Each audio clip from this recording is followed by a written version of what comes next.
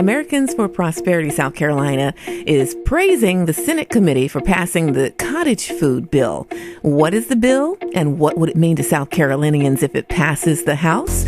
I have Candace Carroll, Director of Grassroots Operations, to answer these questions and more. Welcome to the program. Great. Thank you so much for having me. I'm really excited to be on with you today. So who is AFP and what's your mission?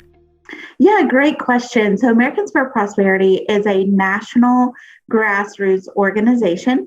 So we actually have state chapters in 35 states across the country, including obviously here in South Carolina.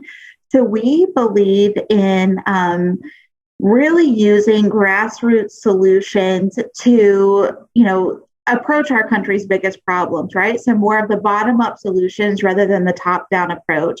So a lot of what we work on deals with, let's say, unsustainable government spending or helping entrepreneurs, such as with the Cottage Food Bill. And really, there's a whole host of issues we can explore with that, but really helping to break down those barriers that inhibit individuals from realizing their full potential. And so tell us also how you determine which issues you tackle. Yeah, great question. So we believe that every person has a unique set of gifts and the ability to contribute to society. So a lot of what we look at is, when we're approaching bills from the state level or even federal level, we look to see, is this bill going to have a negative impact on society, or is it one that will actually help to break down barriers for individuals? Is it an additional government mandate, or is it rolling back a government mandate? Is it something that is going to hinder people or something that's going to lift people up? So that's a lot of what we tend to look at there is how much additional government regulations the bill might put on someone versus pull off of them. Okay, so that brings us to the Cottage Food Bill or the Cottage Food Laws. So what about this law attracted your attention? Great question. So cottage food laws in South Carolina have been around for a while. And what's currently on the books has been around since 2012.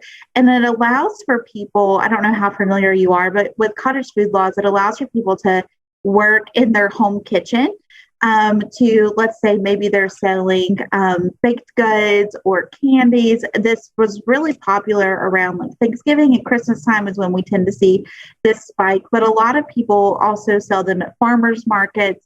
And so it's a potentially non-hazardous food item. So not something that you're going to get sick off of, but something that, really can fill a niche within society. Maybe someone's looking for something gluten-free or kosher.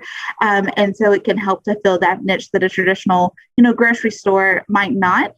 And so what really attracted me to working on this bill this year is the fact that we have through DHEC and the Department of Ag, we have both a statute and a regulation that are on the books, but they can be a little cumbersome for people to find. And so this would put everything all in one spot, all within the state law. And it also allows for retail sales. So currently in South Carolina, let's say you bake, a cake out of your home and you want to sell it, you can only sell it consumer to consumer, right? So I could sell to you, but I can't set up something at my local grocery store or at my local coffee shop and have them sell my products. So this allows for that retail sale component, which is rampant in a lot of states, but just not in South Carolina yet. Okay. So now I was going to ask you that. Are we the only ones that have that law in place? No, we are not. So there are a number of states, 18 states, who have already opened up to not just non-potentially hazardous food items that this bill focuses on, but really has said hey, you can sell anything out of your house. So we're looking specifically, and this bill specifically works on those non-potentially hazardous food items. So think of baked goods, shelf-stable items, pastas, crackers, those things that you might pick up at your grocery store and not really think about how long has this been in my pantry? I should probably check that date, right? So that's where a lot of these foods kind of fall into. Oh, okay. And so the biggest pushback that you're seeing, the opposition to this? Yeah, so the bill thankfully passed the Senate with a 40-0 vote, which was great, right? Something Okay. that is really unheard of. So we were excited to see it go into the House with that unanimous support, bipartisan support from both sides.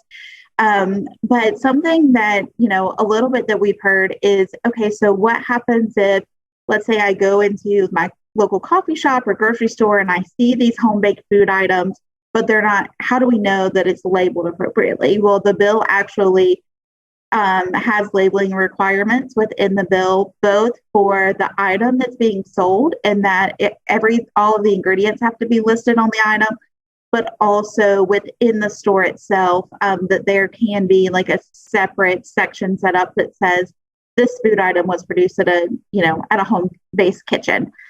So that's been a little bit of the pushback there, and came up in a couple of the committee hearings. But we're very blessed and lucky to have seen a lot of this bipartisan support for the bill across the board. Okay. And so what's the next step for legislation? When is the vote going up in the House? So it actually has to go back to a House subcommittee. So it's been assigned to a subcommittee. And so we are waiting on that subcommittee hearing to actually pop up, but hopefully it'll be soon. Session ends in May. So we've got some time before then.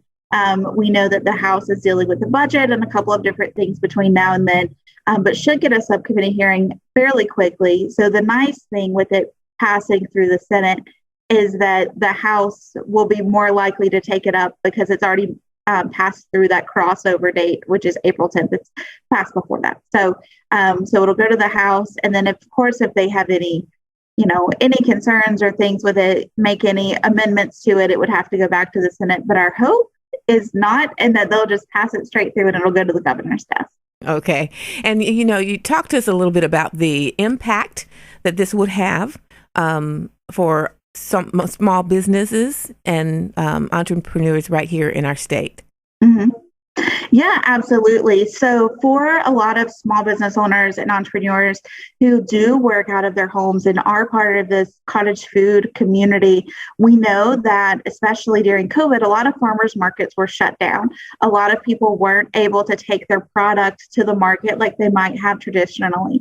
So that's impacted a lot of them, unfortunately, in being able to sell their products. So unless you know someone, and you follow them maybe on social media, it's been harder for them to get their product out there. So this bill would allow for them to, not just as markets are reopening, but even get their food into these grocery stores or coffee shops and make a larger impact in their communities in that way. Okay. Very good stuff, and very enlightening information. Thank you for coming on the show today. Tell us if anyone would like to get more information about Americans for Prosperity South Carolina, or if they can join you, or how can they get involved? Yeah, absolutely. So definitely follow us on Facebook at AFP, Americans for Prosperity South Carolina. We have a very active Facebook page. So you can join us on there. We'll be sure to get you plugged in. We even do training classes for free for people of like kind of a civics 101. How does a bill become a law outside of Schoolhouse Rock? So we have a lot of those types of courses that we can offer for free for people too, just to learn about the process. A lot of people don't even know how the process works. Exactly. Feel free to reach out to me via email. Koko, I'll send you my contact information. You can post it with us if you would like. So we're happy to let anyone, whatever kind of interest you have, get you plugged in. And that way, we do a lot of letters to our elected officials. We do a lot of phone calls. And we would love to tell your story. If you're a cottage food producer and this, passing this law would benefit you and help you expand your business, let us know. We would love to share that and really help to humanize what this bill means for so many people across our state. Awesome. Candace Carroll, thank you so much for joining us. Thank you. Have a great day.